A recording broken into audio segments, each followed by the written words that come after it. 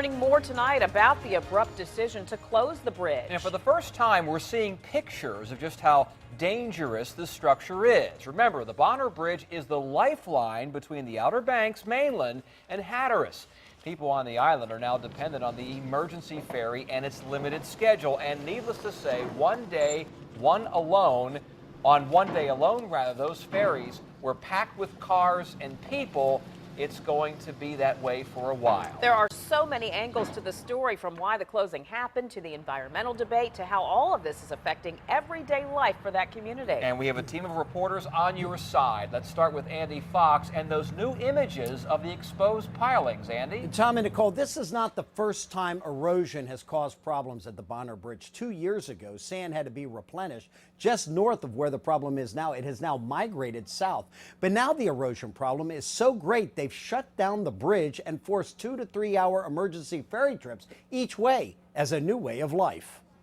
This bridge has been there for 50 years, and this is the first time that it's ever been closed for scouring. Bridge scour is the removal of sediment such as sand and rocks from around bridge pilings. This example here, pilings were covered in sand, but over time, the sand has disappeared through erosion. Scour is caused by swiftly moving water. It has been estimated 60% of all bridge failures result from scour.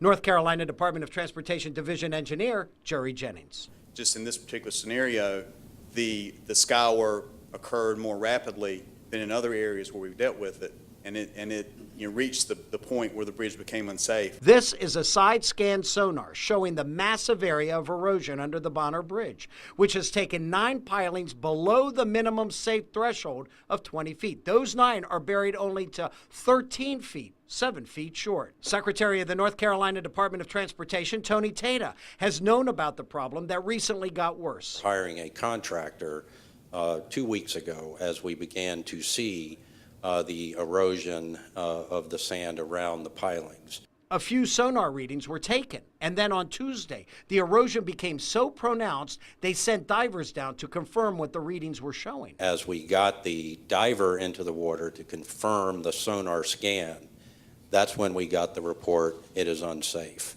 and that's when I made the decision. The tall order of the day will be to reinforce the pilings and bring the covered portion up to 20 feet. They're concrete modules that are interlocked together and will form a perimeter around the area that the scour has occurred. We will go inside those and place large sandbags and completely fill the area, and then do that again in 2 more layers. So, how long will all this take? Well, Warren Judge, chairman of the Dare County Board of Commissioners, told us exclusively yesterday he's been told at least a month. And depending on the complexity of the repairs, could take 3 to 4 months. But here's the problem. For the 5,000 residents on Hatteras Island that we care a lot about, we don't know for sure how long the repairs will take.